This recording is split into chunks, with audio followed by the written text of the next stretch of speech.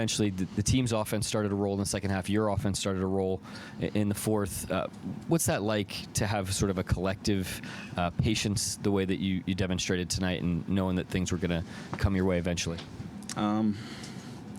We've been big on just kind of like understanding like the runs of the game this year.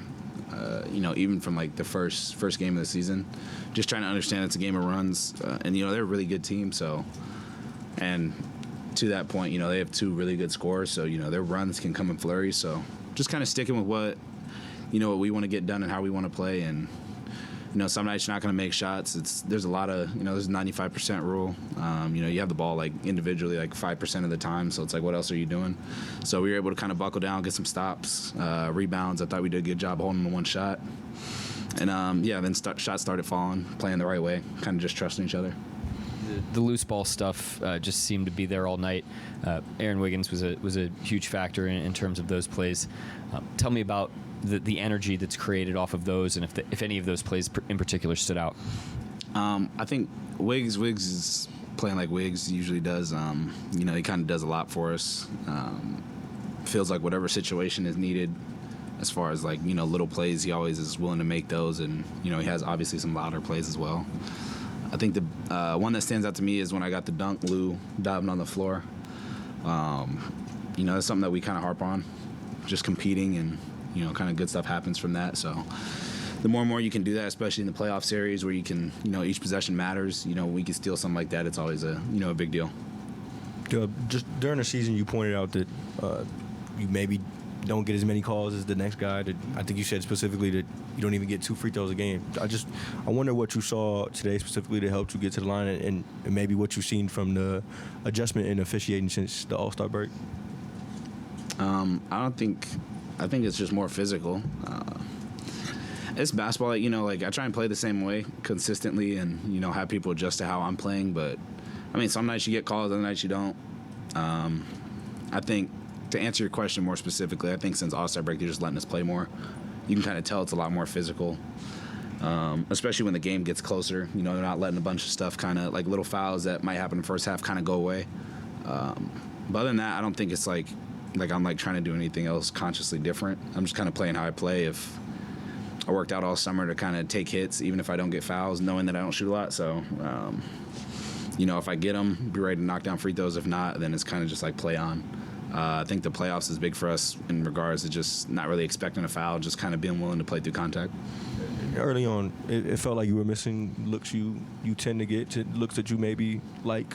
I just wonder, like, in this setting, what do those misses feel like? How do they weigh? And then I guess to lead a fourth quarter run like you did, like, what does that feel like on the stage? I think on this stage it's easy to get carried away with makes and misses. I think everything's a little more magnified because every possession kind of feels super intense. So it's easy to kind of get down on yourself or, kind of not shoot anymore, kind of be passive. But like you say, I got looks that I work on that didn't go in. Just kind of understand it's basketball and having a next play mentality. I'm also matched up on Kyrie, so it's not a lot of like pouting that I could do offensively because he's coming back down on the other end. So just trying to stay aggressive, and my team trusts me to make plays, and that may not always be me scoring. Following up on that, are you in those moments, especially in the fourth quarter, are you feeling like you need to go make a play on the offensive end, or is it just taking what the defense gives you?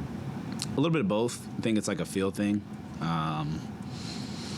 There's going to be points in the game where, I'm going to need to be a little more aggressive and try and kind of force something, but I just kind of play and take what the defense gives. We have really good players on our team that can make plays.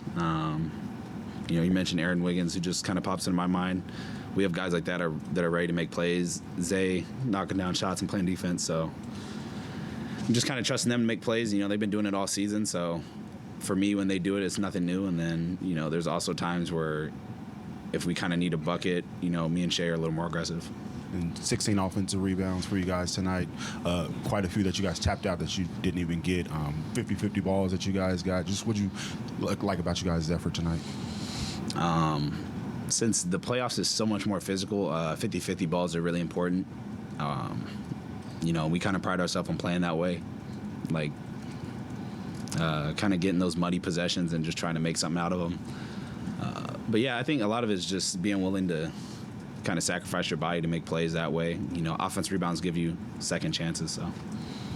Yeah, you exude joy on and off the court. Where does that come from? For You said joy? Joy, yeah. Make millions of dollars to dribble a basketball up and down the court.